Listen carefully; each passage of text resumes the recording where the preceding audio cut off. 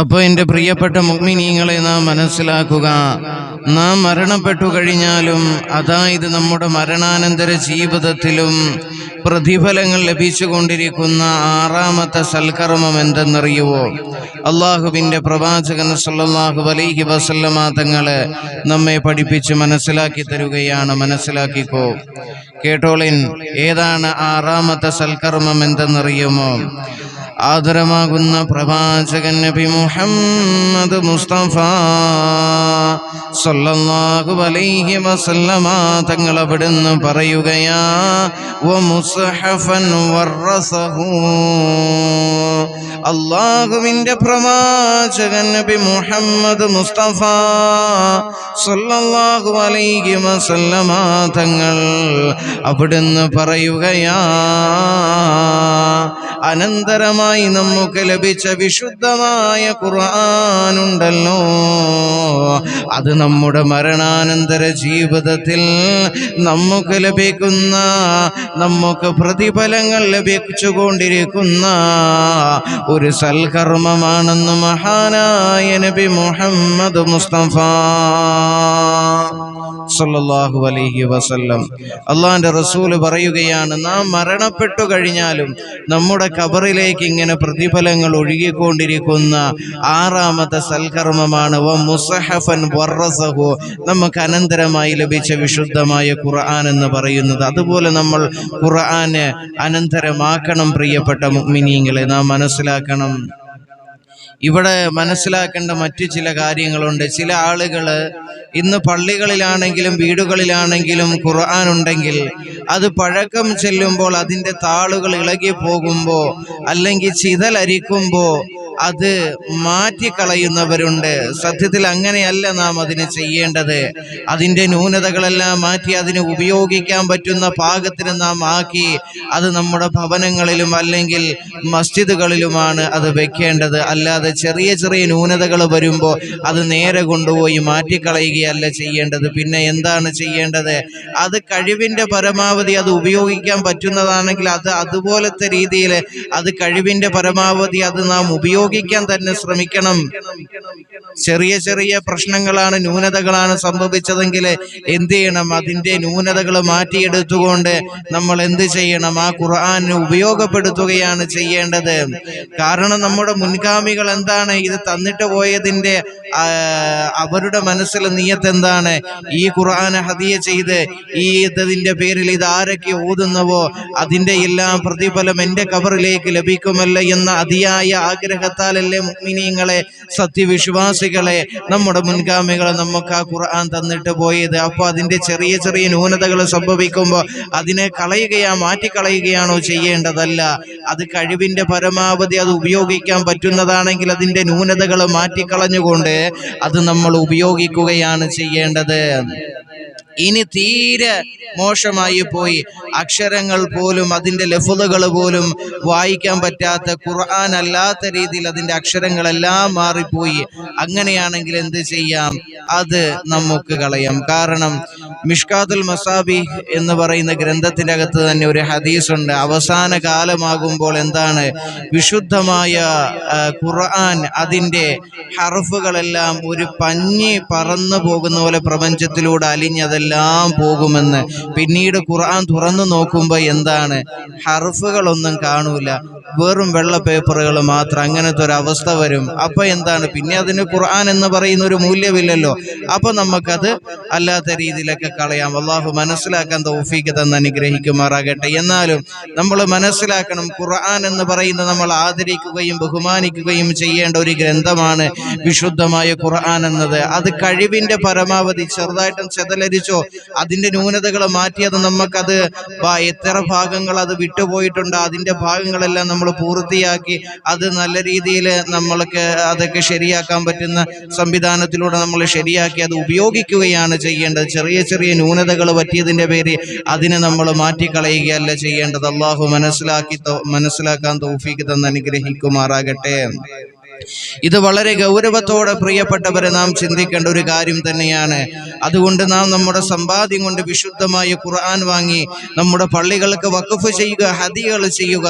നമ്മുടെ മരണശേഷവും നാം വാങ്ങിക്കൊടുത്ത ഖുർആൻ അത് ഏതൊക്കെ വിശ്വാസികൾ ഓതുന്നവോ അതിന്റെ പ്രതിഫലം നമ്മുടെ ഖബറിലേക്ക് ലഭിച്ചുകൊണ്ടേയിരിക്കും. പ്രിയപ്പെട്ട മുഅ്മിനീങ്ങളെ, ഒരു ഖുർആൻ പഠിക്കുന്ന ഒരു മുതഅല്ലിമിന്, ഒരു ഹിഫ്ള് പഠിക്കുന്ന ഒരു കുട്ടിക്ക് നീ വാങ്ങിക്കൊടുക്ക്. ആ ഖുർആൻ പഠിച്ച് അവൻ മറ്റുള്ളവരെ പഠിപ്പിക്കുമ്പോൾ അവനിൽ നിന്ന് മറ്റുള്ളവർ പഠിക്കുന്നു, അതിൽ നിന്ന് മറ്റുള്ളവർ പഠിക്കുന്നു. അങ്ങനെ ഇൽമുകളുടെ പരിശുദ്ധമായ ദീനിന്റെ ജീവനായ ഇൽമ് അതിങ്ങനെ പ്രചരിച്ചു കൊണ്ടേയിരിക്കുമ്പോൾ ഇതിന്റെ പ്രതിഫലം ആർക്കാണ് പ്രിയപ്പെട്ടവരെ ലഭിച്ചുകൊണ്ടിരിക്കുന്നത്? ഈ ഖുർആൻ വാങ്ങിക്കൊടുത്ത മനുഷ്യനല്ലേ ലഭിച്ചുകൊണ്ടിരിക്കുന്നത്. ഇത് നിന്റെ ഖബറിൽ ചെന്നാലും എന്താണ്, നിനക്ക് പ്രതിഫലങ്ങൾ ലഭിച്ചുകൊണ്ടിരിക്കുന്ന കാര്യമാണ്. അള്ളാഹു മനസ്സിലാക്കാൻ തൗഫീഖ് തരട്ടെ. അതുകൊണ്ട് നാം വിശുദ്ധമായ ഖുർആൻ വാങ്ങി ധാരാളമായി ഹദിയ ചെയ്യുക. കാരണം അത് നമ്മുടെ മരണാനന്തര ജീവിതത്തിലും പ്രതിഫലങ്ങൾ ലഭിച്ചുകൊണ്ടിരിക്കുന്ന ഒരു സൽക്കർമ്മമാണെന്ന് മഹാനായ നബി മുഹമ്മദ് മുസ്തഫ സ്വല്ലല്ലാഹു അലൈഹി വസല്ലമ തങ്ങൾ നമ്മെ പഠിപ്പിക്കുകയാ. അള്ളാഹു മനസ്സിലാക്കാൻ തൗഫീഖ് തരട്ടെ. എന്താണ് വിശുദ്ധമായ ഖുർആൻ എന്ന് നാം മനസ്സിലാക്കുക. പരിശുദ്ധമായ ദീനുൽ ഇസ്ലാമിലെ അടിസ്ഥാന ഗ്രന്ഥമാണ് വിശുദ്ധമായ ഖുർആൻ. ഖുർആൻ എന്ന വാക്കിന്റെ അർത്ഥം നാം മനസ്സിലാക്കുക. ഖറഅ എന്ന് പറയുന്ന വായിച്ചു എന്ന അർത്ഥം വരുന്ന ഒരു പദത്തിൽ നിന്ന് പിടിച്ച ഒരു പദമാണ് ഖുർആൻ എന്ന പദം. വായിക്കപ്പെടുന്നത്, വായിച്ചു എന്നൊക്കെ എൻ്റെ പ്രിയപ്പെട്ടവരെ അതിന് അർത്ഥം വരുന്ന ഒരു പദമാണ് വിശുദ്ധമായ ഖുർആൻ എന്നത്. ലോകത്തെ ഏറ്റവും കൂടുതൽ വായിക്കപ്പെടുന്ന ഒരു ഗ്രന്ഥം കൂടിയാണ് വിശുദ്ധമായ ഖുർആൻ. അപ്പോൾ മനസ്സിലാക്കാൻ നമുക്ക് അല്ലാഹു റബ്ബുൽ ഇസ്സത്തായ പടച്ച റബ്ബ് അറിഞ്ഞു നൽകിയ ഒരു നാമമാണ് വിശുദ്ധമായ ഖുർആൻ എന്നത്. ഇവിടെ മനസ്സിലാക്കണം. ഇന്ന് അതുകൊണ്ടല്ലേ ഏറ്റവും കൂടുതൽ ഇന്ന് ലോകത്ത് വായിക്കപ്പെടുന്ന ഗ്രന്ഥമാണ് വിശുദ്ധമായ ഖുർആൻ. അതിന് ഏറ്റവും വലിയൊരു ഉദാഹരണമല്ല ഈ പരിശുദ്ധമായ ദീനുൽ ഇസ്ലാമിനെ ഇങ്ങനെ വിമർശിക്കുന്നത്, ഖുർആനിനെ വിമർശിക്കുന്നത്. ഒരു വിഷയത്തെ ഒരാളെ ഇവിടെ നമ്മൾ മനസ്സിലാക്കേണ്ട ഒരു സത്യമുണ്ട്. ഒരാൾ ഉയരുന്നത് എപ്പോഴാണെന്നറിയുമോ? അവന് വിമർശിക്കപ്പെടുമ്പോഴാണ്. അവന് വിമർശിക്കപ്പെടുമ്പോഴാണ് മറ്റുള്ളവർ കൂടുതലായി അവനെ പഠിക്കാൻ ശ്രമിക്കുന്നത്. എന്ന് പറഞ്ഞതുപോലെ പരിശുദ്ധമായ ദീനുൽ ഇസ്ലാമിനെ ആരൊക്കെ വിമർശിക്കുന്നുവോ ആ വിമർശിക്കുമ്പോ ആ ദീനിനെ മറ്റുള്ളവർ എന്ത് ചെയ്യും? ഇതെന്താണ്, ഇങ്ങനെയാണോ പറയുന്നത്? ഓരോരുത്തരും അവരുടെ ഈ ദീനിനെ നശിപ്പിച്ച് കളയുന്നതിന് വേണ്ടി, അല്ലെങ്കിൽ ഈ ഖുർആനിനെ എതിരായിട്ട് അതിനെ നശിപ്പിക്കണമെന്ന ചിന്തയിലൂടെ ഇന്ന് കള്ളപ്രചരണങ്ങൾ ഇങ്ങനെ നടക്കുമ്പോൾ, എന്നാൽ അതിങ്ങനെയൊക്കെ പറയുന്നുണ്ടോ എന്ന് സ്വാഭാവികമായിട്ട് എല്ലാ മനുഷ്യന്റെ ചിന്തകളിലേക്കും വരികയും അങ്ങനെ ഇത് കൂടുതലായി പഠിക്കാൻ ശ്രമിക്കും. അങ്ങനെ പഠിക്കുമ്പോൾ ഇതാണ് കറക്റ്റായ മതമെന്ന് മനസ്സിലാകുകയും ഇതാണ് ശരിയായ രീതി എന്ന് മനസ്സിലായിക്കൊണ്ട് ഇന്ന് എത്രയോ ആളുകളാണ് പരിശുദ്ധമായി ദീനുൽ ഇസ്ലാമിലേക്ക് കൂടുതലായി ഇന്ന് ഈ ലോകത്ത് വളർന്നുകൊണ്ടിരിക്കുന്നത്. പരിശുദ്ധമായ ദീനുൽ ഇസ്ലാമാണെന്ന് ഇന്ന് സോഷ്യൽ മീഡിയയിലൂടെ തന്നെ ഇന്ന് ലോകം പറഞ്ഞു പോകുമ്പോൾ ഇവിടെയാണ് പ്രിയപ്പെട്ടവരെ വിശുദ്ധമായ ഖുർആനിന്റെ ഈ വാക്യത്തിന്റെ മഹത്വം തന്നെ, ഈ വാക്കിന്റെ മഹത്വം തന്നെ നാം മനസ്സിലാക്കേണ്ടത്. ലോകത്ത് ഏറ്റവും കൂടുതൽ വായിക്കപ്പെടുന്ന ഒരു ഗ്രന്ഥമാണ് വിശുദ്ധമായ ഖുർആൻ എന്നത്. അള്ളാഹു മനസ്സിലാക്കാൻ തൗഫീഖ് തന്ന് അനുഗ്രഹിക്കുമാറാകട്ടെ. ഈ ഖുർആൻ എന്നത് ഈ ലോകം മുഴുവൻ ഉണ്ടാകുന്നതിന് മുമ്പ് ലൗഹുൽ മഹ്ഫൂദിൽ അള്ളാഹു അവതരിപ്പിക്കുകയും അവിടുന്ന് ഒന്നാം ആകാശത്തേക്ക് ഇറക്കുകയും അവിടുന്ന് മഹാനായ നബി മുഹമ്മദ് മുസ്തഫ സല്ലല്ലാഹു അലൈഹി വസല്ലമ തങ്ങളുടെ ഓരോ ജീവിത സാഹചര്യത്തിലും സന്ദർഭത്തിലും മഹാനായ ജിബ്രീൽ അലൈഹിസ്സലാം മുഖേന അല്ലാഹു റബ്ബുൽ ഇസ്സത്തായ പടച്ച റബ്ബ് ആദരവാകുന്ന പ്രവാചകൻ നബി മുഹമ്മദ് മുസ്തഫ സല്ലല്ലാഹു അലൈഹി വസല്ലമ തങ്ങൾക്ക് 23 വർഷക്കാലം കൊണ്ട് ഇറക്കി കൊടുക്കുകയും അവിടുന്ന് പടച്ച റബ്ബ് ഈ പ്രപഞ്ചത്തിലെ മുഴുവൻ മനുഷ്യരാശികൾക്കും വേണ്ടി അള്ളാഹു നമുക്ക് നന്മയും തിന്മയും തിരിച്ചറിഞ്ഞുകൊണ്ട് ജീവിക്കാൻ നൽകിയ മഹത്തായ ഒരു സന്ദേശമാണ് വിശുദ്ധമായ ഖുർആൻ എന്നത്. അതുകൊണ്ട് തന്നെയാണ് ഇത് അള്ളാഹുവിന്റെ കലാമെന്ന് മനുഷ്യരോട് അള്ളാഹു സംസാരിക്കുന്ന അള്ളാഹുവിന്റെ കലാമാണെന്ന് മഹാനായ നബി മുഹമ്മദ് മുസ്തഫ സല്ലല്ലാഹു അലൈഹി വസല്ലമ തങ്ങൾ നമ്മെ പരിചയപ്പെടുത്തി തന്നത്, നമ്മെ പരിചയപ്പെടുത്തി തന്നിരിക്കുന്നത്, നമുക്ക് മനസ്സിലാക്കി തന്നത് പ്രിയപ്പെട്ടവരെ അതല്ലയോ വിശുദ്ധമായ ഖുർആൻ അവിടുന്ന് പറഞ്ഞത് നാം മനസ്സിലാക്കണം. എന്തേ? ബിസ്മില്ലാഹിർ റഹ്മാനിർ റഹീം യാ അയ്യുഹൻ قد جاءتكم موعظة من ربكم وشفاء لما في الصدور وهدى ورحمة للمؤمنين. ലോകത്ത് എൻ്റെ പ്രിയപ്പെട്ടവരെ ഈ വിശുദ്ധമായ ഖുർആൻ എന്നത് ലോക ജനങ്ങൾക്കുള്ളതാണ്, ലോക മനുഷ്യർക്കുള്ളതാണ്, ഈ മനുഷ്യരാശികൾക്ക് മുഴുവനുമുള്ളതാണ് വിശുദ്ധമായ ഖുർആൻ എന്നത്. ഇവിടെ നാം മനസ്സിലാക്കേണ്ടതുണ്ട് മുഅ്മിനീങ്ങളെ. എന്താണെന്നറിയുമോ? അല്ലാഹു സുബ്ഹാനഹു വ തആല ഇങ്ങനെ വിശുദ്ധമായ ഖുർആനിനെ പല ഭാഗങ്ങളില് ഖുർആനിനെ പരിചയപ്പെടുത്തിയത് എങ്ങനെ വിളിച്ച് അഭിസംബോധന ചെയ്തുകൊണ്ടാണ് പറഞ്ഞതെന്നറിയുമോ? യാ അയ്യുഹന്നാ, അല്ലയോ ജനങ്ങളെ എന്ന് വിളിച്ചുകൊണ്ടാണ് അല്ലാഹു റബ്ബുൽ ഇസ്സത്തായ പടച്ച റബ്ബ് വിശുദ്ധമായ ഖുർആനിനെ ലോകത്ത് പരിചയപ്പെടുത്തിയത്. അവിടെ യാ അയ്യുഹല്ലദീന ആമനു എന്ന് വിളിച്ചുകൊണ്ടല്ല വിശുദ്ധമായ ഖുർആനിനെ പല ഭാഗങ്ങളിലും അല്ലാഹു പരിചയപ്പെടുത്തിയെടുത്ത് വിളിച്ചത്. വിശ്വാസികളെ എന്ന് മാത്രം വിളിച്ചുകൊണ്ടല്ല വിശുദ്ധമായ ഖുർആനിനെ പരിചയപ്പെടുത്തിയത്. യാ അയ്യുഹന്നാസ്, ഇത് ജനങ്ങൾക്ക് മുഴുവനുമുള്ള മാർഗദർശനമാണ്, ഹിദായത്തിന്റെ പൊൻപ്രഭയാണ് വിശുദ്ധമായ ഖുർആൻ എന്നത്.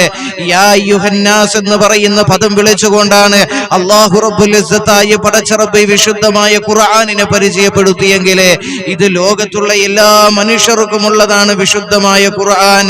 ഹൈന്ദവനുള്ളതാണ് പഠിക്കാനായിട്ട്, ഹൈന്ദവനുള്ളതാണ് വിശുദ്ധമായ ഖുർആൻ. ക്രൈസ്തവനുള്ളതാണ് വിശുദ്ധമായ ഖുർആൻ. ഇതെല്ലാം എൻ്റെ പ്രിയപ്പെട്ടവരെ ലോക ജനങ്ങൾക്കുള്ള എല്ലാ ജനങ്ങൾക്കുമുള്ളതാണ് വിശുദ്ധമായ ഖുർആൻ. നന്മയും തിന്മയും തിരിച്ചറിഞ്ഞുകൊണ്ട് ജീവിക്കാൻ ഹിദായത്തിന്റെ പൊൻപ്രഭയാണ് വിശുദ്ധമായ ഖുർആൻ. അതുകൊണ്ട് തന്നെ അല്ലാഹു സുബ്ഹാനഹു വ തആല ഈ വിശുദ്ധമായ ഖുർആനിനെ പരിചയപ്പെടുത്തിയത് യാ അയ്യുഹന്നാസ്, അല്ലയോ ജനങ്ങളെ എന്ന് അഭിസംബോധന ചെയ്തുകൊണ്ടാണ് പറയുന്നത്. ഖുർആൻ എന്നത് എല്ലാവർക്കും ഉള്ളതാണ്. അള്ളാഹു മനസ്സിലാക്കാൻ തൗഫീഖ് തരട്ടെ. അതുകൊണ്ട് ആ ഖുർആൻ നാം പഠിക്കാൻ തയ്യാറാകണം. എങ്കിൽ നമ്മുടെ അജ്ഞത നമുക്ക് മാറും. ഹിദായത്തിന്റെ പൊൻപ്രഭയിലേക്ക് ഉള്ള ആ ഒരു ഹിദായത്തിന്റെ പ്രകാശം നമ്മിലേക്ക് വന്നെത്തുന്നതാണ്. അള്ളാഹു മനസ്സിലാക്കാൻ തൗഫീഖ് തന്ന് അനുഗ്രഹിക്കുമാറാകട്ടെ. ഈ വിശുദ്ധമായ ഖുർആൻ ഈ ഭൂലോകത്ത് വന്നതിന്റെ ഉത്ഭവത്തെ കുറിച്ച് നാം മനസ്സിലാക്കണം, അറിയണം. പ്രിയപ്പെട്ടവരെ, എങ്ങനെയാണ് ഈ ലോകത്തേക്ക് വിശുദ്ധമായ ഖുർആൻ വന്നതെന്നറിയുമോ? കേട്ടോളിൻ. അള്ളാഹുവിന്റെ പ്രവാചകൻ നബി മുഹമ്മദ് മുസ്തഫ സല്ലല്ലാഹു അലൈഹി വസല്ലമ തങ്ങൾക്ക് പ്രവാചകത്വം, അതായത് നുബുവത്ത് ലഭിക്കുന്നതിന് അല്പം മുമ്പായി നബി തങ്ങൾക്ക് പല സ്വപ്നങ്ങൾ കാണുകയും അവ പ്രഭാതം പോലെ, എൻ്റെ പ്രിയപ്പെട്ടവരെ, അത് പ്രഭാതമാകുമ്പോൾ യാഥാർത്ഥ്യമായി പുലരുകയും പതിവായിരുന്നു. അങ്ങനെ തുടർന്നപ്പോൾ കുറെ കഴിഞ്ഞപ്പോൾ ജനങ്ങളിൽ നിന്ന് ഒക്കെ വേറിട്ട് ഏകാന്തവാസം ചെയ്യുവാൻ ആദരവാകുന്ന പ്രവാചകൻ നബി മുഹമ്മദ് മുസ്തഫ സല്ലല്ലാഹു അലൈഹി വസല്ലമ തങ്ങൾക്ക് ആഗ്രഹം തോന്നുകയുണ്ടായി. അതനുസരിച്ച് അവിടുന്ന് മക്കയുടെ അടുത്തുള്ള ഹിറാ ഗുഹയിൽ പോയി ധ്യാനനിരന്തനായിരിക്കുമ്പോൾ അവിടുന്ന്, എൻ്റെ പ്രിയപ്പെട്ടവരെ, മനസ്സിലാക്കണം, അല്ലാഹുവിന്റെ പ്രവാചകൻ സല്ലല്ലാഹു അലൈഹി വസല്ലമ തങ്ങൾക്ക് നുബുവത്തിന് മുമ്പ് ഒരുപാട് സ്വപ്നങ്ങൾ കാണുകയാണ്. ആ സ്വപ്നങ്ങൾ പ്രഭാതമാകുമ്പോൾ അതെല്ലാം യാഥാർത്ഥ്യമാകുകയും ചെയ്തപ്പോൾ അള്ളാഹുവിന്റെ പ്രവാചകൻ സല്ലല്ലാഹു അലൈഹി വസല്ലമ തങ്ങൾ ജനങ്ങളിൽ നിന്നെല്ലാം വേറിട്ട് ഒരു ഏകാഗ്രതനായിരിക്കുന്നതിന് വേണ്ടി മക്കയുടെ അടുത്തുള്ള ഹിറാ ഗുഹയിൽ പോയി ഇങ്ങനെ ധ്യാന നിരന്തനായിരിക്കുമായിരുന്നു. അള്ളാഹുവിന്റെ സ്മരണകളുമായിട്ടിരിക്കുമായിരുന്നു. ഇങ്ങനെ ഹിറാ ഗുഹയില് കുറേ ഭക്ഷണവും വെള്ളവും എടുത്തുകൊണ്ട് അള്ളാന്റെ റസൂൽ ഹിറാ ഗുഹയിൽ പോയിരിക്കുമായിരുന്നു. അത് തീരുമ്പോൾ മഹദിയായ ഖദീജ ബീവി റളിയല്ലാഹു തആല അൻഹായുടെ സന്നിധിയിലേക്ക് കടന്നു വന്നുകൊണ്ട് അവിടുന്ന് പിന്നെയും വെള്ളവും ഭക്ഷണവും എടുത്തുകൊണ്ട് അള്ളാന്റെ റസൂല് അവിടുന്ന് ഹിറാ ഗുഹയിൽ പോയിരിക്കുമായിരുന്നു. മുഅ്മിനീങ്ങളെ, ഇത് അള്ളാന്റെ റസൂൽ ഈ ഖുർആൻ ഇറങ്ങുന്നതിന്റെ മുമ്പുള്ള അള്ളാന്റെ റസൂലിന്റെ രീതികളായിരുന്നു. പ്രിയപ്പെട്ടവരെ, മനസ്സിലാക്കണം, ആ ഹിറാ ഗുഹയിൽ അള്ളാഹുവിന്റെ അള്ളാന്റെ സ്മരണയിലായിട്ട് അള്ളാന്റെ റസൂൽ സ്വല്ലല്ലാഹു അലൈഹി വസല്ലമ തങ്ങളെ ഇങ്ങനെ കഴിഞ്ഞുകൂടുമായിരുന്നു. അങ്ങനെ ധ്യാന നിരന്തരായി ഇങ്ങനെ അള്ളാന്റെ റസൂൽ ഇങ്ങനെ ഇരിക്കുമായിരുന്നു, അള്ളാഹുവിന്റെ സ്മരണകളിലായി.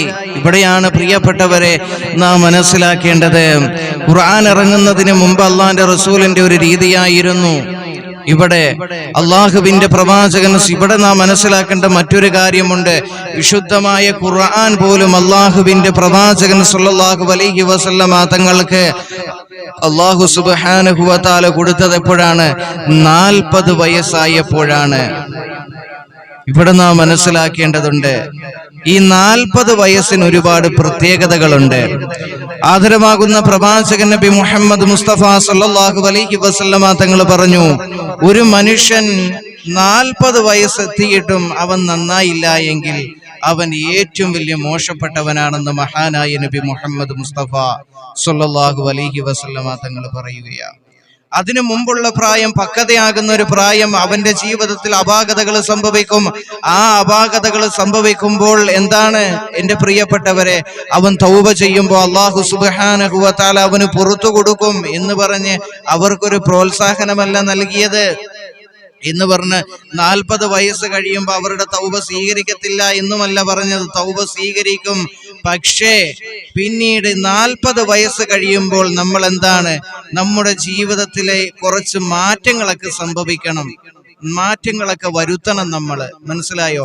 അള്ളാഹുവിലേക്ക് കൂടുതലായി നമ്മൾ അടുക്കണം, പരിശുദ്ധമായ ദീനുമായി നമ്മൾ കൂടുതൽ അടുക്കണം, പരിശുദ്ധമായ ഇബാദത്തുകളുമായി നമ്മൾ കൂടുതൽ അടുക്കണം. അങ്ങനെ അടുക്കാത്തവൻ ഏറ്റവും വലിയ മോശപ്പെട്ടവനാണെന്ന് മഹാനായ നബി മുഹമ്മദ് മുസ്തഫ സല്ലല്ലാഹു അലൈഹി വസല്ലമ തങ്ങൾ നമ്മെ പഠിപ്പിക്കുകയാ. കാരണം ഇവിടെ എന്റെ പ്രിയപ്പെട്ടവരെ നാം മനസ്സിലാക്കേണ്ടതുണ്ട്, ഒരു മനുഷ്യൻ പൂർണ്ണനാകുന്നത് 40 വയസ്സാകുമ്പോഴാണ്. ഒരു മനുഷ്യന് പക്വതയാകുന്നത് 40 വയസ്സാകുമ്പോഴാണ്. അപ്പൊ നബിതങ്ങള് 40 വയസ്സ് വരെ പ്രവാചകനായിക്കൊണ്ടിരിക്കുകയായിരുന്നു. ഈ 40 വയസ്സായപ്പോഴാണ് അള്ളാന്റെ റസൂലിന് പോലും അല്ലാഹു സുബ്ഹാനഹു വ തആല വിശുദ്ധമായ ഖുർആൻ കൊടുത്തത്. ഇന്ന് പലരും പറയൂല്ലേ, ചെറുപ്രായത്തിലെ വിശുദ്ധമായ ഖുർആന്റെ അർത്ഥം എന്തേ ഉസ്താദെ മദ്രസകളിൽ പഠിപ്പിക്കാത്ത എന്ന് ചിലർ പറയും. എടോ, വിശുദ്ധമായ ഖുർആനിന്റെ അർത്ഥങ്ങള്, അതിന്റെ ആശയങ്ങൾ ഗ്രഹിക്കണമെങ്കിൽ അതിനനുസരിച്ചുള്ള പക്വതയും അതിനനുസരിച്ചുള്ള ബുദ്ധിയും വേണം. ഇന്ന് 50 വയസ്സെത്തിയവന് പോലും വിശുദ്ധമായ ഖുർആൻ പറഞ്ഞാൽ അംഗീകരിക്കാൻ പറ്റുന്നില്ല. ചിന്തിക്കണം നമ്മുടെയൊക്കെ ഈമാന്. അപ്പൊ ചിന്തിക്കണം, നിന്നെക്കാളും പ്രായം കുറഞ്ഞ കുട്ടികളോട് വിശുദ്ധമായ ഖുർആനിന്റെ ആശയങ്ങളും അർത്ഥങ്ങളും പറഞ്ഞാൽ അവർക്ക് മനസ്സിലാവുമോ? ഇന്ന് വിശുദ്ധമായ ഖുർആനിന്റെ ഒരു 50 വയസ്സെത്തിയവനോട് വിശുദ്ധമായ ഖുർആനിന്റെ ആയത്തുകൾ പറഞ്ഞു കൊടുത്താൽ, വിശുദ്ധമായ ഖുർആനിന്റെ ആശയങ്ങൾ പറഞ്ഞു കൊടുത്താൽ അവൻ അംഗീകരിക്കാത്തവനാണ് ഇന്നത്തെ കാലത്ത്. നമ്മൾ മനസ്സിലാക്കേണ്ടതുണ്ട്. അള്ളാഹു മനസ്സിലാക്കാൻ തൗഫീഖ് തരട്ടെ. ഇതിനൊക്കെ എല്ലാത്തിനും അതിൻ്റെതായിട്ടുള്ള സമയങ്ങളുണ്ട്. ആ സമയങ്ങളിലാണ് എല്ലാ മനുഷ്യർക്കും അവൻ്റെതായിട്ടുള്ള കാര്യങ്ങളിലേക്ക് അവൻ തെളിയുന്നത്. അള്ളാഹു മനസ്സിലാക്കാൻ തൗഫീഖ് തന്ന് അനുഗ്രഹിക്കുമാറാകട്ടെ. അങ്ങനെ എന്റെ പ്രിയപ്പെട്ടവരെ, അള്ളാഹുവിന്റെ പ്രവാചകൻ സല്ലല്ലാഹു അലൈഹി വസല്ലമ തങ്ങള് അവിടുന്ന് ധ്യാന നിരന്തനായിരിക്കുമ്പോൾ ഒരിക്കല് അതാ മഹാനായ ജിബ്രീൽ അലൈഹിസ്സലാം കടന്നു വരികയാം. അങ്ങനെ മഹാനായ ജിബ്രീൽ അലൈഹിസ്സലാം ഒരിക്കൽ കടന്നു വന്നുകൊണ്ട് ആ ഹിറാ ഗുഹയിൽ ധ്യാന നിരന്തനായിരുന്ന പശ്ചാത്തലത്തില് ഒരിക്കൽ എന്റെ പ്രിയപ്പെട്ടവരെ ഇഖ്റഇന്റെ വീരമന്ത്രോച്ചാരണം മുഴക്കിക്കൊണ്ട് അതാ വിശുദ്ധമായ ഖുർആനുമായിട്ട് മഹാനായ ജിബ്രീൽ അലൈഹിസ്സലാം അള്ളാഹുവിന്റെ പ്രവാചകന്റെ മുമ്പിലേക്ക് ഹിറാ ഗുഹയിലേക്ക് കടന്നു വരികയാ. അള്ളാന്റെ റസൂലിനോട് പറയുകയാണ്, യാ റസൂലല്ലാഹ്, അങ്ങ് അള്ളാഹുവിന്റെ പ്രവാചകനാണ് നബിയേ. അതുകൊണ്ടുണ്ടല്ലോ വിശുദ്ധമായ ഖുർആനിലെ ഒന്നാമതായി വിശുദ്ധമായ ഖുർആനിൽ ആദ്യമായി അവതരിച്ച സൂറത്താണ് പ്രിയപ്പെട്ടവരെ സൂറ. അതിലെ ആയത്ത് അള്ളാഹുവിന്റെ പ്രവാചകരോട് പറയുകയാണ്, ഓതൂ നബിയേ. അള്ളാഹുവിന്റെ പ്രവാചകൻ സല്ലല്ലാഹു അലൈഹി വസല്ലമ തങ്ങൾ പറയുകയാ, എനിക്ക് ഓതാൻ അറിയില്ല ജിബ്രീലേ, എനിക്ക് എഴുത്തും വായനയും അറിയില്ല ജിബ്രീലേ എന്ന് അള്ളാഹുവിന്റെ പ്രവാചകൻ അവിടുന്ന് മഹാനായ ജിബ്രീൽ അലൈഹിസ്സലാമിനോട് പറയുമ്പോ പിന്നെയും അല്ലാഹു സുബ്ഹാനഹു വ തആലയുടെ പ്രവാചകൻ നബി മുഹമ്മദ് മുസ്തഫ സല്ലല്ലാഹു അലൈഹി വസല്ലമ തങ്ങളോട് മഹാനായ ജിബ്രീൽ പറയുകയാണ്, വായിക്കൂ. അല്ലാഹുവിന്റെ റസൂൽ പറയുകയാണ്, എനിക്ക് എഴുത്തും വായനയും അറിയില്ല നബിയെ ജിബ്രീലേ എന്ന് അല്ലാഹുവിന്റെ റസൂൽ പറയുമ്പോ അതാ അല്ലാഹുവിന്റെ റസൂലിനെ അങ്ങോട്ടൊന്ന് കെട്ടിപ്പിടിക്കുകയാ. ആ കെട്ടിപ്പിടുത്തം എങ്ങനെയുള്ളതാണെന്നറിയുമോ പ്രിയപ്പെട്ടവരെ? മഹദിയായ ഖദീജ ബീബി റളിയല്ലാഹു തആല അൻഹയോട് അല്ലാഹുവിന്റെ റസൂൽ പറയുകയാ, ആദ്യം തന്നെ എന്നെ അങ്ങോട്ട് കെട്ടിപ്പിടിച്ചപ്പോൾ, ജിബ്രീൽ കെട്ടിപ്പിടിച്ചപ്പോ എന്റെ ഭാര്യയിൽ ഒടിഞ്ഞു പോകുന്ന വേദനയായിരുന്നു. ഖദീജ എന്ന മഹദിയായ ഖദീജ ബീബി റളിയല്ലാഹു തആല അൻഹയോട് അല്ലാഹുവിന്റെ റസൂൽ അവിടുന്ന് പറയുമ്പോൾ എന്റെ പ്രിയപ്പെട്ടവരെ പിന്നെയും അല്ലാഹുവിന്റെ റസൂലിനോട് പറയുകയാ, ഏ നബിയേ അങ്ങ് വായിക്കണേ നബിയേ എന്ന് അല്ലാഹുവിന്റെ റസൂൽ സ്വല്ലല്ലാഹു അലൈഹി വസല്ലമ തങ്ങൾ പറയുകയാ, എനിക്ക് വായിക്കാൻ അറിയുകയില്ല, എനിക്കറിയുകയില്ല ജിബ്രീലേ എന്ന് പറയുമ്പോ ജിബ്രീൽ അലൈഹിസ്സലാം അതാ പിന്നെയും ഒന്ന് കെട്ടിപ്പിടിക്കുകയാ. ആദ്യം തന്നെ ഭാര്യയിൽ ഒടിഞ്ഞു പോകുന്ന വേദനയാണെങ്കിൽ രണ്ടാമതും അവിടുന്ന് പിടിക്കുമ്പോൾ എത്രമാത്രം വേദനയാണ് ലോകത്തിന്റെ ഹബീബായ തങ്ങൾക്കുണ്ടായതെന്ന് ചിന്തിക്കാമല്ലോ. മൂന്നാമതും പറയുകയാണ്, നബിയേ അങ്ങ് വായിക്കണേ നബിയേ എന്ന് പറഞ്ഞപ്പോ അല്ലാഹുവിന്റെ റസൂൽ എന്ന് പറയുകയാ, എനിക്ക് വായിക്കാൻ അറിയില്ല ജിബ്രീലേ. പിന്നെയും അങ്ങ് കെട്ടിപ്പിടിച്ചപ്പോ അവിടുന്ന് വായിക്കുകയാ, ബിസ്മില്ലാഹിർ റഹ്മാനിർ റഹീം ഇഖ്റ ബിസ്മി റബ്ബികല്ലദീ ഖലഖ. നിന്നെ സൃഷ്ടിച്ച നിന്റെ നാഥന്റെ നാമത്തിൽ അങ്ങ് വായിക്കൂ നബിയേ എന്ന് വിശുദ്ധമായ ഖുർആൻ. അങ്ങനെ 3 വട്ടം അങ്ങോട്ട് കെട്ടിപ്പിടിച്ചു. ഒന്നാമത്തെ കെട്ടിപ്പിടുത്തത്തിൽ തന്നെ നബിതങ്ങളുടെ എല്ല് മുറുകി പോകുന്ന വേദന. രണ്ടാമത് കെട്ടിപ്പിടിച്ചപ്പോ അപ്പൊ എത്രമാത്രം വേദനയായി. മൂന്നാമതും കെട്ടിപ്പിടിച്ചു. ഇങ്ങനെ അങ്ങ് ഒരു കെട്ടിപ്പിടുത്തം അങ്ങ് കെട്ടിപ്പിടിച്ചു. അങ്ങനെ അല്ലാഹുവിന്റെ റസൂല് വേദന സഹിച്ചു. അങ്ങനെ അവസാനം പറഞ്ഞു, ഇഖ്റ ബിസ്മി റബ്ബികല്ലദീ ഖലഖ്. നിന്നെ സൃഷ്ടിച്ച നിന്റെ, അതിന്റെ അർത്ഥം പറയുന്ന നിന്നെ സൃഷ്ടിച്ച നിന്റെ നാഥന്റെ നാമത്തിൽ നീ വായിക്കുക, അങ്ങ് വായിക്കൂ നബിയെ എന്ന് വിശുദ്ധമായ ഖുർആൻ. ഇവിടെ എൻ്റെ പ്രിയപ്പെട്ടവരെ നാം മനസ്സിലാക്കണം, എന്താണെന്നറിയുമോ? മനുഷ്യന് ഇവിടെ നാം മനസ്സിലാക്കുക, എഴുത്തും വായനയുമാണ് ഒരു മനുഷ്യന് അറിവ് ലഭിക്കുവാനുള്ള 2 പ്രധാന മാർഗങ്ങൾ. അവ രണ്ടും അവന് അള്ളാഹു നൽകിയ 2 പ്രത്യേക അനുഗ്രഹങ്ങളാണ്. ഈ ആയത്തിലൂടെ അള്ളാഹു മനുഷ്യനെ പഠിപ്പിക്കുന്നുണ്ട്. മനുഷ്യന്റെ ഉത്ഭവത്തെ കുറിച്ച് ചിന്തിക്കുന്ന പക്ഷം സൃഷ്ടാവായ അള്ളാഹുവിലുള്ള വിശ്വാസത്തിലേക്ക് അവനെ അത് നയിക്കുന്നതും അള്ളാഹുവിന്റെ ആജ്ഞ കൊണ്ട് ജീവിക്കുവാൻ അവനെ പ്രേരിപ്പിക്കുന്നതുമാണ്. ഇതാണ് ഈ വചനത്തിന്റെ ഒന്നാമതായി മനുഷ്യനെ ഉണർത്തുന്നത്. ഇവിടെ എൻ്റെ പ്രിയപ്പെട്ടവരെ നാം മനസ്സിലാക്കണം, ഇവിടെ നാം മറ്റൊരു കാര്യം കൂടെ മനസ്സിലാക്കേണ്ടതുണ്ട്. ഇന്ന് ശാസ്ത്രലോകമാണ് യഥാർത്ഥ വിജ്ഞാനമെന്ന് പറയുന്നവർ മനസ്സിലാക്കേണ്ടതുണ്ട്. ഒന്ന് ചിന്തിക്കണം. മനുഷ്യന്റെ ഉത്ഭവത്തെ കുറിച്ചുള്ള പഠനത്തിൽ തന്നെ ഇന്ന് അവർക്ക് തെറ്റുപറ്റിയിരിക്കുകയാണ്. എങ്ങനെ? ഡാർവിന്റെ സിദ്ധാന്തത്തില് കുരങ്ങ് വാല് മുറിച്ച് മനുഷ്യനായി മാറിയെന്ന് തെറ്റായ വിദ്യാഭ്യാസത്തിന്റെ വാതായനം തുറന്നു കൊടുക്കുമ്പോൾ ശാസ്ത്രലോകം ഇന്ന് ശരിയായ വിദ്യാഭ്യാസത്തിന്റെ വാതായനം തുറന്നു കൊടുത്തത് വിശുദ്ധമായ ഖുർആനല്ലേ. ലഖദ് ഖലഖനൽ ഇൻസാന ഫീ അഹ്സനി തഖ്വീം. മനുഷ്യനെ ഏറ്റവും നല്ല മെച്ചപ്പെട്ട നിലയിലാണ് നാം പടച്ചിരിക്കുന്നതെന്ന് അല്ലാഹുവിന്റെ വിശുദ്ധമായ ഖുർആൻ. ഒരാണിൽ നിന്നും പെണ്ണിൽ നിന്നുമാണ് മനുഷ്യന്റെ ഉത്ഭവമെന്ന് എൻ്റെ പ്രിയപ്പെട്ടവരെ, ഈ ഭൂലോകത്തേക്കുള്ള മനുഷ്യന്റെ ഉത്ഭവമെന്ന് അല്ലാഹു സുബ്ഹാനഹു വ തആല വിശുദ്ധമായ ഖുർആനിലൂടെ പഠിപ്പിക്കുമ്പോൾ ഏറ്റവും നല്ല മെച്ചപ്പെട്ട നിലയിലാണ് അല്ലാഹു സുബ്ഹാനഹു വ തആല മനുഷ്യനെ പടച്ചിരിക്കുന്നത്. അതായത് പറഞ്ഞു വരുന്നത്, ഒരു മനുഷ്യന് ശരിയായ വിദ്യ നേടണമെങ്കിൽ ഇഖ്റ ബിസ്മി റബ്ബികല്ലദീ ഖലഖ്, ആ ഒരു ആയത്തിനെ നമ്മളൊന്ന് ആന്തരികമായി ചിന്തിക്കേണ്ടതുണ്ട്. ഒരു മനുഷ്യന് ശരിയായ വിദ്യ നേടണമെങ്കിൽ, റബ്ബിലേക്ക് അടുക്കണമെങ്കിലും അവൻ ആദ്യം അവനെ കുറിച്ച് തന്നെ പഠിക്കട്ടെ. ആന്തരികമായി നമ്മളൊന്ന് മനസ്സിലാക്കണം. ഒരു മനുഷ്യൻ എന്താണ് അള്ളാഹുവുമായിട്ട് അടുക്കണമെങ്കിലും, അള്ളാഹനെ മനസ്സിലാക്കണമെങ്കിലും, അതുപോലെ തന്നെ വിദ്യ നേടണമെങ്കിലും എന്താണ് അവൻ ആദ്യം അവനെ തന്നെ പഠിച്ചു കൊള്ളട്ടെ. എങ്ങനെ നാം മനസ്സിലാക്കണം? നാം നമ്മെക്കുറിച്ച് തന്നെ പഠിക്കുമ്പോഴാണ് നാം ഏറ്റവും വലിയ അറിവാളിയായി മാറുന്നത്, ഏറ്റവും വലിയ അറിവുള്ള ഒരു മനുഷ്യനായി നാം മാറുന്നത്. എല്ലാ മനുഷ്യർക്കും ന്യൂനതകളുണ്ടല്ലേ? ന്യൂനതകളില്ലാത്ത മനുഷ്യന്മാർ ഈ ലോകത്തുണ്ടോ? ഇല്ല. ന്യൂനതകളില്ലാത്തവൻ അല്ലാഹ് മാത്രമേ ഉള്ളൂ. ബാക്കി എല്ലാവർക്കും ന്യൂനതകളുണ്ട്.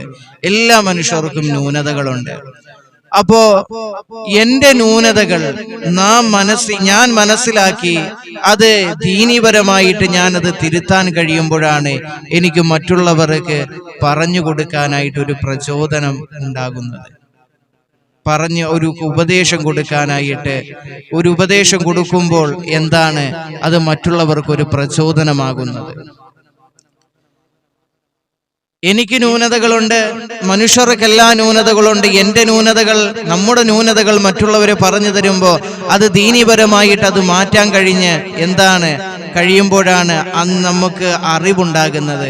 കാരണം ഒരു ഉദാഹരണം പറയുകയാണെങ്കിൽ, ചില ആളുകൾക്കുണ്ട് എത്ര വൃത്തിയാക്കിയാലും വൃത്തിയായി എന്നുള്ളൊരു മനസ്സിനൊരു സമാധാനം ലഭിക്കൂല. അത് ചില പെണ്ണുങ്ങൾക്കുണ്ട്, മനസ്സിലാക്കണം.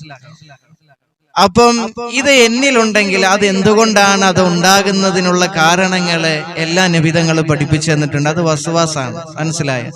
അപ്പൊ അത് ദീനീപരമായി ഞാൻ മാറ്റുമ്പോൾ അതെന്താണ്, പിന്നീട് എനിക്ക് അതൊരു അറിവായി. അപ്പോൾ അതുമായി എൻ്റെ അതേ ചിന്തകളുള്ള ഒരു 5 പേര്, ഇപ്പൊ നമ്മുടെ മുമ്പില് ഒരു 5 പേര് നിൽക്കുകയാണെങ്കിൽ ഈ 5 പേരിലും ഉദിക്കുന്ന ഒരു ചിന്തയെങ്കിലും നമ്മുടെ ചിന്തയിൽ ഉണ്ടായിരിക്കും. നമ്മളിൽ ഉദിക്കുന്ന ഒരു ചിന്തയെങ്കിലും ഈ 5 പേരിൽ ഒരാളിൽ ഉണ്ടായിരിക്കും. മനസ്സിലാക്കണം. അതുകൊണ്ട് തന്നെയാണ് നിങ്ങൾ ഒരു കാര്യം നടപ്പിലാക്കാൻ പോകുമ്പോൾ എന്താണ്, വിശുദ്ധമായ ഖുർആനിലൂടെ അള്ളാഹ് തന്നെ മാതൃക കാണിച്ചെന്ന് നമുക്ക് പഠിപ്പിച്ചെന്ന് നിങ്ങളുടെ കൂടി ആലോചിക്കണമെന്ന് പറയുന്നു.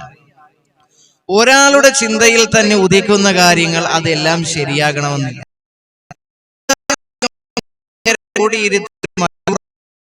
അങ്ങോട്ട് ആലോചിക്കുമ്പോ എന്താണ് ഈ അഭിപ്രായം പറയുമ്പോ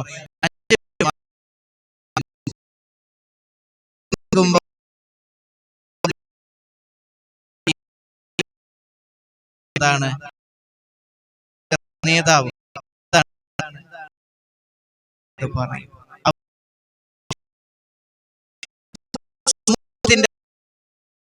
ഒരു മുമ്പിലേക്ക് പറയും,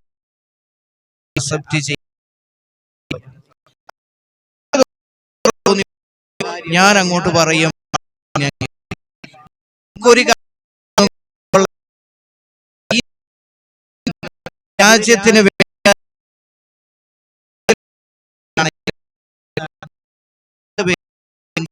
കൂടി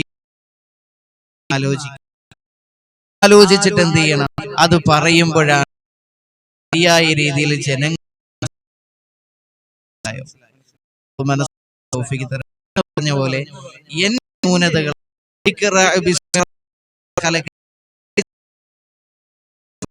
എന്ന് പറയും.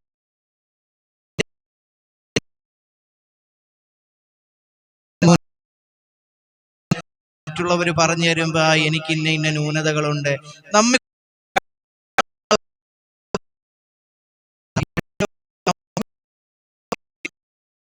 പേര് നമ്മളോട് പറയുകയാണ് ഇന്നത് ചെയ്തത് നമ്മിൽ നിന്ന് എന്തോ ഒരു ഫാൾട്ട് ഉണ്ട്.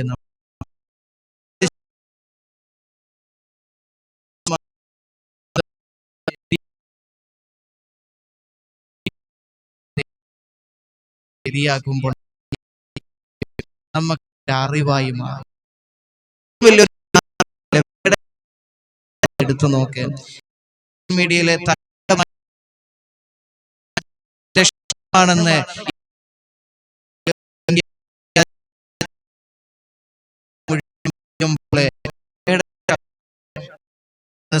അദ്ദേഹം ഒരുപാട് അല്ലേ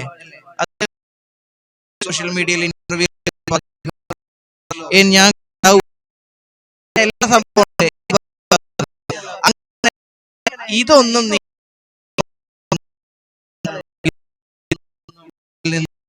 ചോദനമാണ് പാട്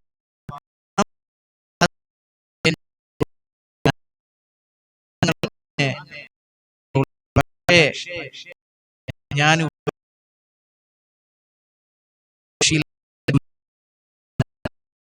നിങ്ങള് ഉപദേശം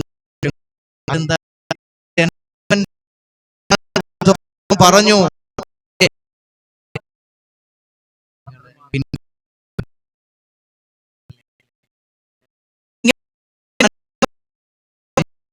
ാണ് ഇങ്ങനെ മാറാൻ തീരുമാനം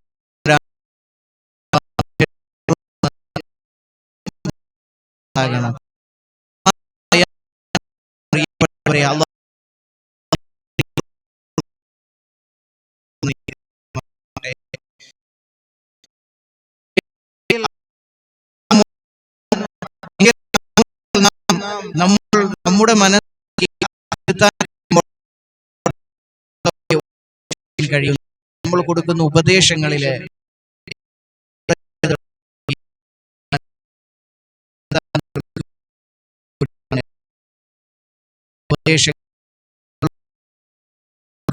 എല്ലാം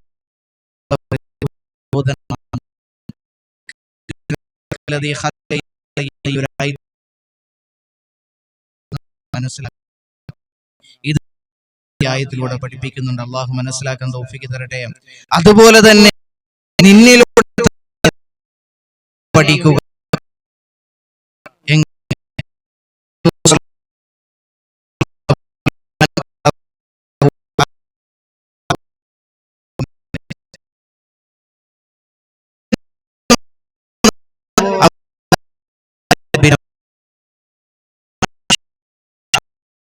അല്ലാഹു സുബ്ഹാനഹു ഇഖ്റ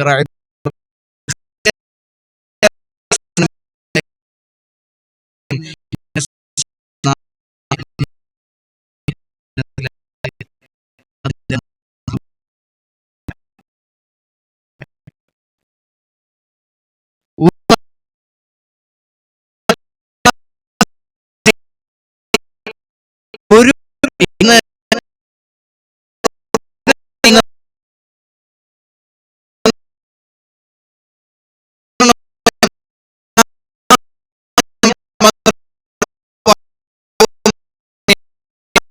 അങ്ങനത്തെ ഇന്ന് എന്റെ പ്രിയപ്പെട്ട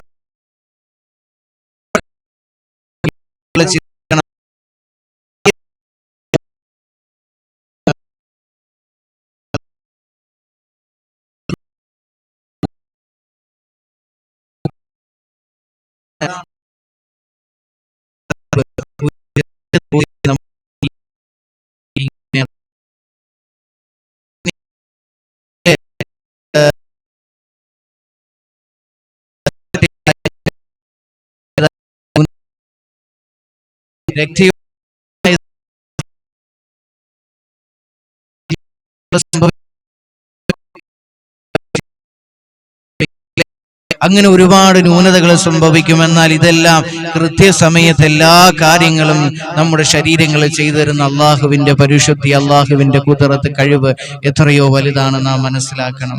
അതുകൊണ്ട് ഒക്കെ നമ്മൾ എന്ത് ചെയ്യണം? നമ്മുടെ നഫ്സിനെ കുറിച്ച് നമ്മൾ പഠിക്കണം. അപ്പോൾ നമ്മൾ അള്ളാഹുവിനെ മനസ്സിലാക്കുമെന്ന് മഹാനായ നബി മുഹമ്മദ് മുസ്തഫ സല്ലല്ലാഹു അലൈഹി വസല്ലമ തങ്ങൾ നമ്മെ പഠിപ്പിക്കുകയാണ്. അതുകൊണ്ട് നീ വിശുദ്ധമായ ഖുർആൻ പഠിക്കാൻ നീ പരിശ്രമിക്കുക മുസ്ലിമെ. കാരണം എന്തെന്നറിയുമോ? ഈ ലോകത്തെ ഏറ്റവും വലിയ വിദ്യാഭ്യാസത്തിന്റെ വാതായനം തുറന്നു തന്നത് മനുഷ്യ ഹൃദയത്തിൽ അറിവിന്റെ പൊൻപ്രഭ നൽകിയ ദൈവിക ഗ്രന്ഥമാണ് വിശുദ്ധമായ ഖുർആൻ. ഖുർആനിലെ ഇൽമു ലഭിക്കണമെങ്കിൽ നാം ആഴത്തിൽ ഇറങ്ങണം. നാം നമ്മുടെ സമയവും ജീവിതവുമെല്ലാം മുഴുവനായി ഈ ദീനിനും ഈ ഖുർആനിനുമൊക്കെയായി നമ്മൾ കൊടുക്കുമ്പോഴാണ് ഒരല്പമെങ്കിലും അറിവ് നമുക്ക് ലഭിക്കുന്നത്. അള്ളാഹു മനസ്സിലാക്കാൻ തൗഫീഖ് തരട്ടെ. അതുകൊണ്ട് നീ പരിശ്രമിക്കുക. പരിശ്രമിക്കുന്നവർക്ക് ഖുർആൻ എളുപ്പമാണെന്ന് വിശുദ്ധമായ ഖുർആനിലൂടെ തന്നെ അള്ളാഹു സുബ്ഹാനഹു വ തആല നമ്മെ പരിചയപ്പെടുത്തുന്നുണ്ട്. കേട്ടോളിൻ. ബിസ്മില്ലാഹിർ റഹ്മാനിർ റഹീം. വലഖദ യസ്സർനൽ ഖുർആന ലിദിക്രി ഫഹൽ മിൻ മുദ്ദക്കിർ. അള്ളാഹുവിന്റെ വിശുദ്ധമായ ഖുർആൻ തീർച്ചയായും വലഖദ് യസ്സർനൽ ഖുർആൻ, ഈ വിശുദ്ധമായ ഖുർആനിനെ നാം എളുപ്പമാക്കി തന്നിരിക്കുന്നു. എങ്ങനെ? ലിദിക്രി, അതായത് ആ വിശുദ്ധമായ ഖുർആനിനെ ഓർക്കുന്നവർക്ക് ചിന്തിക്കുവാനും സ്മരിക്കുവാനും ഒക്കെ വേണ്ടി നമ്മൾ വിശുദ്ധമായ ഖുർആനിനെ നമ്മൾ എന്ത് ചെയ്തു? എളുപ്പമാക്കി തന്നിരിക്കുന്നു. ഫഹൽ, ആരെങ്കിലും ഉണ്ടോ? എന്നിട്ട് അള്ളാഹുവിന്റെ ചോദ്യമാണ്, ഫഹൽ, ആരെങ്കിലും ഉണ്ടോ? മിൻ മുദക്കിർ, ആ വിശുദ്ധമായ ഖുർആനിനെ പഠിക്കാൻ മനസ്സിലാക്കാൻ ആരെങ്കിലും ഉണ്ടോ എന്ന് അല്ലാഹു സുബ്ഹാനഹു വ തആല വിശുദ്ധമായ ഖുർആനിലൂടെ ചോദിക്കുകയാണ്. പരിശ്രമിക്കുക. പരിശ്രമിക്കുന്നവർക്കും ആഗ്രഹിക്കുന്നവർക്കും താല്പര്യപ്പെടുന്നവർക്കും ത്യാഗത്തിലൂടെയും ഉള്ളവർക്ക് മാത്രമേ വിശുദ്ധമായ ഖുർആൻ ലഭിക്കുകയുള്ളൂ. അള്ളാഹു മനസ്സിലാക്കാൻ തൗഫീഖ് തരട്ടെ. പരിശ്രമിക്കുക. പരിശ്രമിക്കുന്നവർക്കും ആഗ്രഹവും ത്യാഗവും താല്പര്യമുള്ളവർക്ക് മാത്രം വിശുദ്ധമായ ഖുർആൻ ലഭിക്കുകയുള്ളൂ. അതല്ലേ നബി തങ്ങൾ സല്ലല്ലാഹു അലൈഹി വസല്ലമ തങ്ങൾ പറഞ്ഞത്, ത്യാഗവും പരിശ്രമവും ആഗ്രഹവും ഇല്ലാത്തവരുടെ മുമ്പിൽ ഇൽമ പഠിപ്പിച്ചു കൊടുക്കൽ ഖിൻസീറിന് പൂമാലയിടുന്നതിന് തുല്യമാണെന്ന് അള്ളാഹുവിന്റെ പ്രവാചകൻ നബി മുഹമ്മദ് മുസ്തഫ സല്ലല്ലാഹു അലൈഹി വസല്ലം മിഷ്കാത്ത് നോക്കി. ഖിൻസീറിന് പൂമാലയിടുന്നത് പോലെയാണെന്ന് അള്ളാഹുവിന്റെ പ്രവാചകൻ സല്ലല്ലാഹു അലൈഹി വസല്ലമ തങ്ങൾ നമ്മെ പഠിപ്പിക്കുകയാണ്. താല്പര്യമില്ലാത്തവന്റെ മുമ്പിൽ ഇൽമ പഠിപ്പിച്ചു കൊടുക്കൽ. അതിന് ഏറ്റവും വലിയ ഉദാഹരണമാണ് സദസ്സുകളിൽ ഇരുന്ന് അശ്രദ്ധമായിരിക്കുന്നത്, അലസതയോടെ ഇരിക്കുന്നത്, ഉറക്കം തൂങ്ങിയിരിക്കുന്നത്. എങ്ങനെയെങ്കിലും ഇത് നിർത്തിയിട്ട് പോവുകയാണെങ്കിൽ അടുത്ത കാര്യം ചെയ്യാമല്ലോ എന്ന ചിന്ത വരുന്നത്. മനസ്സിലായോ? ഇതൊക്കെ എന്താണ്? താല്പര്യക്കുറവാണ്. ഈ താല്പര്യക്കുറവുള്ളവരുടെ മുമ്പിലേക്ക് ഇൽമ പറഞ്ഞു കൊടുക്കലും ഇൽമിന്റെ മജ്ലിസുകൾ നടത്തി കൊടുക്കുന്നതൊക്കെ എന്താണ്? ഖിൻസീറിന് പൂമാലയിട്ട് കൊടുക്കുന്ന പോലെയാണ്. മഹാനായ നബി മുഹമ്മദ് മുസ്തഫ സല്ലല്ലാഹു അലൈഹി വസല്ലമ തങ്ങൾ പറയുക. ഖിൻസീർ എന്താന്ന് ഞാൻ പറയുന്നില്ല, അത് നിങ്ങൾ ഗൂഗിളിൽ നോക്കി. ഇപ്പൊ ഗൂഗിളിലെല്ലാം കിട്ടുമല്ലോ. അള്ളാഹു മനസ്സിലാക്കാൻ തൗഫീഖ് തരട്ടെ. ത്യാഗം വേണമെങ്കിലേ ഇൽമ ലഭിക്കുകയുള്ളൂ. നബിതങ്ങൾക്ക് പോലും എൻ്റെ പ്രിയപ്പെട്ടവരെ ത്യാഗത്തിലൂടെയാണ് ഇൽമ നൽകിയത്. ആ ഒരു ജിബ്രീൽ അലൈഹിസ്സലാം കെട്ടിപ്പിടിച്ചില്ലേ? അതൊരു ത്യാഗമാണ് മുഅ്മിനീങ്ങളെ. കാരണം വാരിയല് പോലും ഒടിഞ്ഞു പോകുന്ന വേദനയായിരുന്നുവെന്ന് അള്ളാന്റെ റസൂൽ ഖദീജ ബീബി റളിയല്ലാഹു അൻഹായോട് പറഞ്ഞില്ലേ? അതൊരു ത്യാഗമാണ്. ഇൽമ കിട്ടണമെങ്കിൽ ത്യാഗം വേണം. ത്യാഗത്തിലൂടെ മാത്രമേ ഇൽമ ലഭിക്കുകയുള്ളൂ. അള്ളാഹു മനസ്സിലാക്കാൻ തൗഫീഖ് തരട്ടെ. ഇന്ന് നമ്മളൊന്ന് ചിന്തിക്കണം. ഇന്ന് ഇതേ രീതിയാണ് ഇന്ന് മദ്രസകളിൽ നടക്കുന്നത്. എന്തേ? മദ്രസകളിലെ ഉസ്താദുമാര് കുട്ടികളോട് കാണിക്കുന്നത് എന്തേ? ജിബ്രീൽ അലൈഹിസ്സലാം ആദ്യം നബിതങ്ങളോട് പറഞ്ഞു, വായിക്കൂ നബിയെ, എനിക്ക് വായിക്കാൻ അറിയില്ല. അപ്പോൾ എന്ത് ചെയ്തു? ഒരു കെട്ടിപ്പിടുത്തം അങ്ങോട്ട് കെട്ടിപ്പിടിച്ചു. അത് വാരിയൽ ഒടിഞ്ഞു പോകുന്ന വേദനയായിരുന്നു. ഒരു കുട്ടിയോട്, എടാ ഈമാൻ കാര്യം പഠിച്ചോണ്ട് വരണം, ഇസ്ലാം കാര്യം പഠിച്ചോണ്ട് വരണം. അവൻ പഠിച്ചോണ്ട് വന്നില്ല. അപ്പോൾ ഒരടി കൊടുത്തു. നബിതങ്ങളോട് പിന്നെയും പറഞ്ഞു, നബിയെ അങ്ങ് വായിക്കുക, അറിയത്തില്ല. പിന്നെയും ഒന്ന് കെട്ടിപ്പിടിച്ചു. അപ്പൊ ആദ്യത്തെ കെട്ടിപ്പിടുത്തം തന്നെ ഇച്ചിരി വേദന എടുത്തു. അപ്പൊ പിന്നെ രണ്ടാമത്തെ കെട്ടിപ്പിടുത്തം എത്രമാത്രമായിരിക്കും? ഇച്ചിരി കൂടെ ഷോട്ട് കൂടുതലായിരിക്കും. പിറ്റേ ദിവസം കുട്ടി വന്നു, ഈമാൻ കാര്യം പഠിച്ചോടാ, ഇസ്ലാം കാര്യം പഠിച്ചോടാ. ഇല്ല. അപ്പൊ ആദ്യത്തെ അടിയേക്കാളും രണ്ടാമത്തെ അടി ഇച്ചിരി ഷോട്ട് കൂടും. മനസ്സിലായോ? പിന്നെ മൂന്നാമത്, എടാ നാളെ പഠിച്ചോണ്ട് വരണം. ആ മൂന്നാമത് പോയിട്ടും പഠിച്ചോണ്ട് വന്നില്ല. നബിതങ്ങള് മൂന്നാമത്, വായിക്കൂ നബിയെ, അറിയില്ല. കെട്ടിപ്പിടിച്ചു. അപ്പോ വായിച്ചു. മൂന്നാമത് വന്നു. അവൻ എന്തേ? പഠിച്ചോടാ, ഈമാൻ കാര്യം ഇസ്ലാം കാര്യം ഇല്ല. അപ്പോ നേരത്തെക്കാൾ ഒന്നും കൂടെ ഷോട്ട് കൂടി ഒരടി കൊടുത്തു. അങ്ങനെ ത്യാഗം ചെയ്താലേ ഇൽമ കിട്ടത്തുള്ളൂ. ചെറുപ്രായത്തിൽ ഇൽമ പഠിച്ചാലേ കല്ലിൽ കൊത്തിയിരിക്കുന്നത് പോലെ ഇൽമ പ്രയോജനപ്പെടുകയുള്ളൂ. ഈ വലുതായി കഴിയുമ്പോൾ ഇൽമ പഠിച്ചു കഴിഞ്ഞാൽ വെള്ളത്തിൽ എഴുതുന്നത് പോലെയാണെന്ന് അശറത്ത് കുത്തുബിന്റെ അകത്ത് പറയുന്നുണ്ട്. അള്ളാഹു മനസ്സിലാക്കാൻ തൗഫീഖ് തരട്ടെ. അള്ളാഹു മനസ്സിലാക്കാൻ തൗഫീഖ് തരട്ടെ. അതുകൊണ്ട് ത്യാഗം വേണം. ഇന്ന് ഇതേപോലത്തെ ഒരു ത്യാഗം ചെയ്ത് ഉസ്താദ് ഒരു കുട്ടിയോട് പെരുമാറിയാൽ ഇന്നെന്താ അവസ്ഥ? പിന്നെ പോക്സോ കേസായി, മറ്റേ കേസായി, പിന്നെ ആ ഉസ്താദിന്റെ ജീവിതം പോയി അല്ലേ? അള്ളാഹു മനസ്സിലാക്കാൻ തൗഫീഖ് തരട്ടെ. പിന്നെ ഇതിന്റെയൊക്കെ കാരണങ്ങൾ എന്താണെന്ന് നബിതങ്ങൾ നേരത്തെ പറഞ്ഞിട്ടുണ്ട്. അവസാന കാലമാകുമ്പോൾ ഇൽമുകളെല്ലാം ഉയർത്തപ്പെടും. അത് ആലിമീങ്ങളുടെ മരണം കൊണ്ടും പിന്നെ ഇൽമ പഠിക്കാൻ താല്പര്യമില്ലാത്ത ഒരു വിഭാഗം ആളുകളും കടന്നു വരും. പിന്നെ ഇൽമകളില്ല. മനസ്സിലായോ? അങ്ങനെ ഇൽമകളില്ലാതെ എന്താണ്, അള്ളാഹനെ മനസ്സിലാക്കാതെ എന്താണ്, പിന്നെ ഈ ലോകം അങ്ങ് പോകും. പിന്നെ ദീനുമില്ല, ഇബാദത്തുമില്ല. അങ്ങനത്തെ ഒരു അവസ്ഥ വരുമ്പോ നബിതങ്ങൾ പറഞ്ഞത് അല്ലാ അല്ലാ അല്ലാ എന്ന് വിളിക്കാൻ ഒരു മഖ്ലൂഖ് പോലും, ഒരു മനുഷ്യൻ പോലും ഈ ഭൂലോകത്തില്ലാത്തൊരവസ്ഥ വരും. അപ്പോഴാണ് ഈ ലോകം അവസാനിക്കുന്നതെന്ന് മഹാനായ നബി മുഹമ്മദ് മുസ്തഫ സല്ലല്ലാഹു അലൈഹി വസല്ലം. അതിന്റെയൊക്കെ ഒരു ഭാഗമാണ് ഇന്ന് മദ്രസകളിലെല്ലാം സംഭവിക്കുന്നത്.